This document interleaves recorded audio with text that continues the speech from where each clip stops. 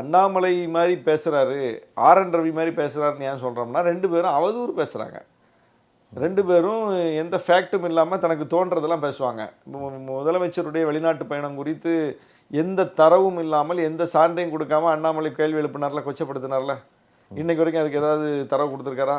அது நிரூபிச்சிருக்காரா? அன்னைக்கு அவர் சொன்ன குற்றச்சாட்டை, அவர்கிட்ட எல்லாமே இருக்குல்ல, அவர்கிட்ட இடி இருக்கு, அவர்கிட்ட ஐடி இருக்கு, அவர்கிட்ட சிபிஐ இருக்கு, எல்லாம் அவங்க கட்சி ஆட்சியில் தானே இருக்கு, அவங்க கையில் தானே இருக்கு, யூனியன் கவர்மெண்ட் கையில் தானே இருக்கு.